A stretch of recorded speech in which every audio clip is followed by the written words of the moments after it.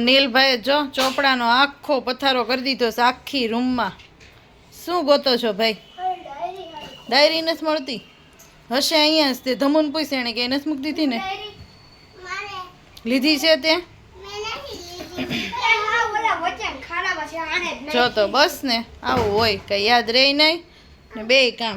Very good morning, જય શ્રી કૃષ્ણ, જય સ્વામિનારાયણ. કેમ છો બધા? મજામાં ને? તો જો અત્યારે નીલભાઈને સ્કૂલે જવાનું હોય ને એટલે આમ જ થાય, ચોપડા વિખે ને ઓલું ચાલુ રહે. આજ થોડુંક વધારે વિખાઈ ગયા છે.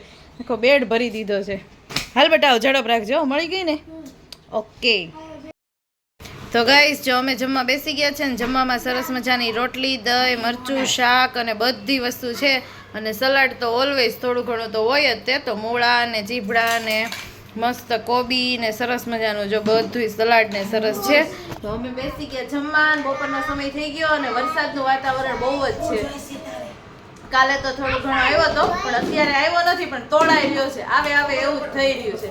તો ચાલો પેલા મસ્ત થાળી બની ગઈ છે તો જમી લઈએ. ત્યાર પછી ફરીથી સાંજ પડતા જ હું બનાવવા લાગી રસોઈ. તો રસોઈ બનાવવાનો સમય થઈ ગયો હતો. દીવાબત્તીને બધું જ કરી લીધું અને પછી ફરીથી રસોઈનો સમય થઈ ગયો. તો રસોઈમાં આજે મેં અહીંયા લઈ લીધો હતો લોટ અને તેમાં બધા જ મસાલા, હળદર, ધાણા જીરું પાવડર, થોડીક હિંગ, લાલ મરચું પાવડર, આ બધી જ વસ્તુ એડ કરી દીધી. તેના ઉપર થોડીક મેથી એડ કરી દીધી અને હવે આપણે ધાણા એડ કરી દેવાના છે. આ બધી જ વસ્તુને જોતા તમે સમજી તો ગયા જશો કે આજે આપણે શું બનાવવાનું છે. આજે આપણે બનાવવાના હતા થેપલા. તો સરસ મજાનો લોટ બાંધવા માટે મેં આ બધી વસ્તુ લઈ લીધી. થેપલાની અંદર તમે દૂધી એડ કરી શકો છો, અજમા નાખી શકો છો, તલ નાખી શકો છો, પણ મેં આ કોઈ વસ્તુ નથી નાખી કારણ કે બધાના સ્વાદ અલગ અલગ હોય અને અમે ઘરમાં 7 જણા છીએ તો બધાને અલગ અલગ ભાવતું હોય. એટલે ફક્ત મેથી, ધાણા અને હા લસણની ચટણી એડ કરી છે. લસણની ચટણીને એડ કરતા પહેલા થોડુંક પાણી નાખીને મૂકી દેવાની, જેનાથી તેના ગાંઠા હોય તરત જ ભાંગી જશે અને સરસ રીતે આપણી લસણની ચટણી છે લોટમાં ભળી જશે. તો બધી જ વસ્તુને ખૂબ જ સારી રીતે હળવા હાથે એડ કરી દીધું અને મને લાગ્યું કે લોટ થોડોક ઘટશે તો મેં થોડોક ઉપરથી એડ પણ કરી દીધો અને ખૂબ જ સારી રીતે થોડું પાણી એડ કરીને હું અહીંયા લોટ બાંધવા લાગી. મારો લોટ છે એ સરસ મજાનો બંધાઈ ગયો છે. લોટ બાંધ્યા પછી મારે થોડીક વાર રેસ્ટ પણ લોટને આપવો પડે. ઘણી વખત કેવું થાય કે કોઈક તરત જ રોટલી કે થેપલા બનાવી લે, પણ મારે થોડીક રેસ્ટ આપવાની જરૂર પડે. તો જો મારો લોટ અહીંયા સરસ મજાનો હું કૂણવી રહી છું અને સાથે સાથે થોડીક વાર રેસ્ટ પણ આપી દેવાનો છે. રેસ્ટ અપાઈ જાય ને બધી વસ્તુ થઈ જાય પછી હું વણવાનું ને એ બધું શરૂ કરીશ. તો ચાલો આપણે સરસ રીતે હાથને એવું બધું ધોઈ લઈએ. લોટવાળા હાથ હોય એટલે ધોતા પણ વાર લાગે. હવે ફરીથી પાછું આપણે વણવાની શરૂઆત કરી દેવાની છે. તો મેં સૌથી પહેલા થોડાક થેપલાને વણી લીધા મારા દિયર માટે. એ જમીને જાય પછી મારા સસરા એ બધા આવે અને પછી અમે બધા જમીએ. એટલે મેં 5 થી 6 થેપલા વણીને સૌથી પહેલા એના માટે રેડી કરી લીધા. તો મારા થેપલા છે એ બધા મેં અહીંયા નથી બતાવ્યા, બસ ફક્ત એક જ વણું છું એ બતાવ્યું છે.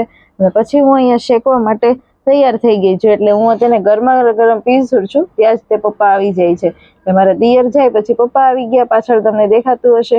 અને થેપલાને સોફ્ટ બનાવવા હોય તો વધારે ઉલટ પુલટ કરવા નહીં, બસ 4 થી 5 જ વખત ઉલટ પુલટ કરીને અને શેકી લેવા. 4 વખત થાય તો પણ વધારે. તો તમારા થેપલા છે એકદમ જ સરસ સોફ્ટ બનશે અને તમને ખાવાની પણ ખરેખર ખૂબ જ મજા આવશે.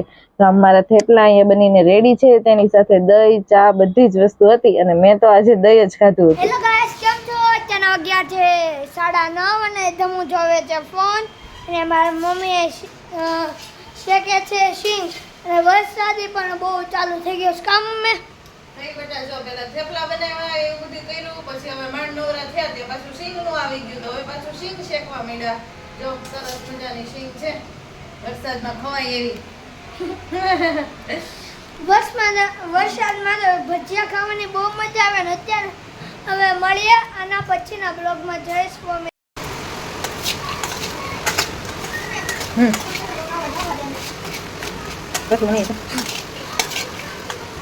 તો ગાઈસ જો નવરાત્રી છે તો નવરાત્રી માટેની મીટિંગો થઈ ગઈ છે શરૂ. તો અમારે જો આ ત્રણેય જાય છે મીટિંગમાં. જાવા લો કંઈક નક્કી કરીને આવજો. હારા નાસ્તા પાણી કંઈક નક્કી કરતા આવજો. 3 જ લેજો ને તમે, તો કોઈ નહીં હોય. 4ય નહીં, હું ના પાડતી જ પણ કાંઈ નહીં, 3 લઈ લેજો ને હવે. કેમ કે નાસ્તા માટે હવે 2 વર્ષથી પાસ થવા માંડ્યા, નહીંતર પછી પહેલા એવું નહોતું. ઘરમાં જેટલા હોય એટલા બધાને પછી જાય કે ન જાય નાસ્તા માટે એવી રીતે હતું. પણ હવેથી ધીમે ધીમે પાસ સિસ્ટમ થઈ ગઈ. જેટલા વ્યક્તિને જવું હોય એ પ્રમાણે જ નામ લખાવવાનું. જમવામાં તે નાસ્તામાં તે આપણે તો ઘરમાં 7 જણા છીએ પણ 3 જ નામ લખાવવાના છે, કેમ કે 3 જેન્ટ્સ તો છે એ હોય નહીં અને ધર્મ કાંઈ ગણાય નહીં. અને નામ લખાવીએ ને એમાં નાસ્તોય બહુ ઝાઝો આપે. ગયા વર્ષે 2 વડાપાવ ને એવું બધું હતું. તો એટલું બધું કાંઈ ખૂટે નહીં અને બહુ કાંઈ ખાવું નહોતું તેલમાં તળેલું ને એવું, એટલે 3 જ લખાવ્યું. કેમ શું થયું? ચપ્પલ પહેરવા આવ્યો? લેંગી પહેરાઈ દઉં? મચ્છર હશે હો. હા, ખોલી દઉં ખાનું? કયા ચપ્પલ આપું? ઈ નથી તારા બટા, ઈ તો ટૂંકા થાય છે. ના, બ્લેક પહેર. અરે પણ તને થતા જ નથી. કઈ નહીં, દાદા વહી ગયા છે, તોફાન નથી કરવાના. તો યલો પહેરી લે. ઈ નથી થતા ધર્મ, હવે ઈ જૂના થઈ ગયા છે.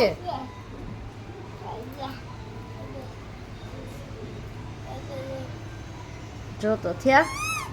આ તો વાગ્યું. એ વાગ્યું થઈ ગયા. અરે વાહ. Okay okay, bye bye. ધીમે ચાલજે હો, પડતો નહીં હો. તો ગાઈસ ચાલો અહીંયા જ આપણે વ્લોગનો કરી દઈએ એન્ડ. બધાને ગુડ નાઇટ અને જય શ્રી કૃષ્ણ.